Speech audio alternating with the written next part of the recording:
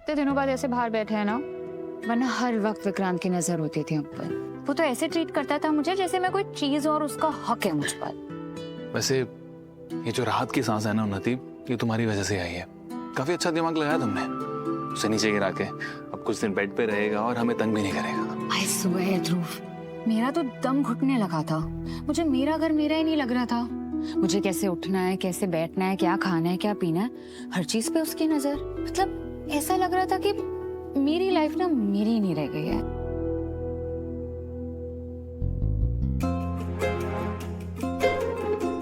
ये क्या कर रहे हो तुम? मैं ऐसा करके तुम्हारा ध्यान अपनी तरफ खींच रहा हूँ। तो क्या है ना कि तुम्हारे दिमाग में हर वक्त विक्रांत ही रहता है, तो सोचा ऐसे करके थोड़ी टेंशन मिल जाएगी। मेरा ध्यान तुम पर ही है मिस्टर हस्बैंड, बस तुम मेरा साथ देना, बाकी सब मैं हैंडल कर लूंगी। नहीं उन्नति, अब तुम्हें कुछ भी अकेले संभालने की जरूरत नहीं है, हम मिलके सब संभाल लेंगे। सच?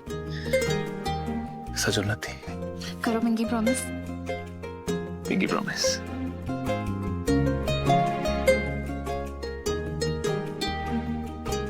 उन्नति, मुझे इस दुनिया में तुम दोनों से ज्यादा प्यारा कोई भी नहीं है। तुम दोनों को प्रोटेक्ट करने के लिए मैं किसी भी हद तक जा सकता हूँ। हीरो बनने की तैयारी है?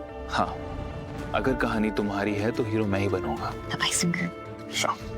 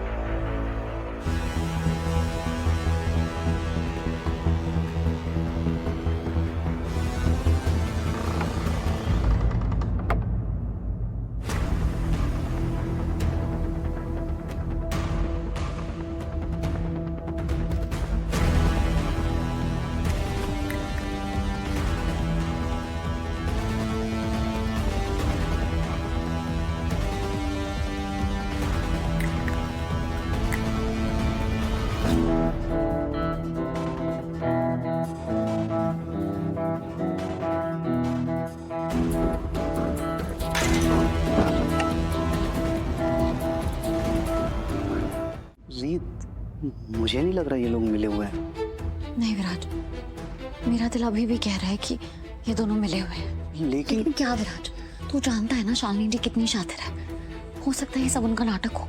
लेकिन शालिनी जी ने ना खुद बिंदिया से क्वेश्चन पूछा है तेरे सामने अभी। उन्होंने सच में सवाल किया है या हमें दिखाने के लिए सवाल किया है? तेरा है। हेलो, तुम जानना चाहती थी ना कि तुम्हारे बच्चे को तुमसे किसने छीना?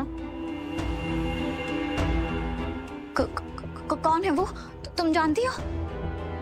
मैं तुम्हें उस औरत का नाम बताऊंगी, लेकिन उससे पहले तुम्हें मुझे 50 लाख देने होंगे। 50 लाख? तुम सच में जानती हो कि वो कौन है जिसने मेरे बच्चे को चुराने के लिए कहा था? हाँ, जानती हूँ और उस औरत को अच्छे से पहचानती भी हूँ। और अगर तुम्हें भी जानना है ना तो पैसे लेकर आ जाना। कहाँ आना है? ठीक है, कल सुबह 10 बजे पैसे रेडी रखना। कहाँ आना है मैं मैसेज कर दूंगी। ठीक है, मैं आऊंगी।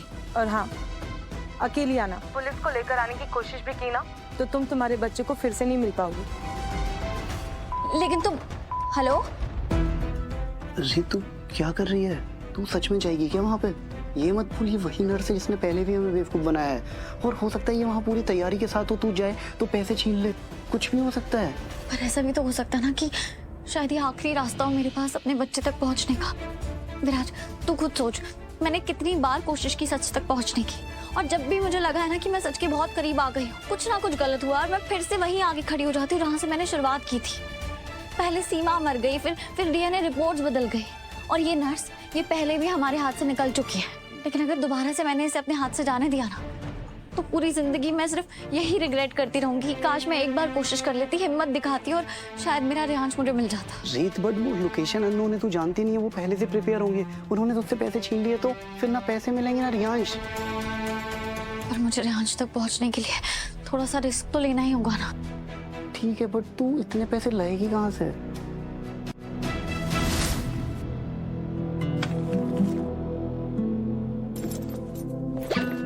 रीत,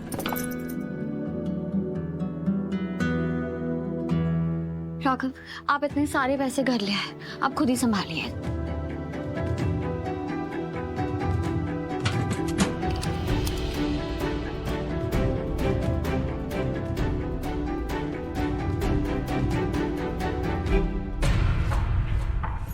तुम हो तो मुझे किस बात की फिक्र है? मैं जानता हूँ तुम सब संभाल रहे हो। राघव, जिस नर्स ने मेरी डिलीवरी करवाई थी ना, उसने मुझे फोन किया था। उसने एक्सेप्ट किया है कि उसने हमारा बच्चा बदला था। हमारा रेहांश जिंदा है राघव। और उसने कहा कि वो मुझे बताएगी कि उसने ये सब किसके लिए किया है। क्या? हाँ, बस उसे 50 लाख रुपए चाहिए। रीत, तुम समझ क्यों नहीं रही हो? वो तुम्हारी कमजोरी का फायदा उठा रही है। उसे पता है तुम बच्चे की इंफॉर्मेशन निकालने के लिए किसी भी हद तक जा सकती हो, इसलिए वो ये सब कर रही है। मुझे फर्क नहीं पड़ता राघव, अगर वो फायदा उठा भी रही है तो उठा ले। मैं अपने बच्चे को ढूंढने के लिए अपने खून की आखिरी बूंद भी दे सकती हूँ। मुझे बस इतना जानना है कि किसने मुझसे मेरा बच्चा छीना है, मेरी गोद सुनी की है, मेरी माँ बनने की खुशी छीन ली है। राघव, मैं आपसे कभी कुछ नहीं मांगूंगी, बस प्लीज आज मुझे जाने दीजिए।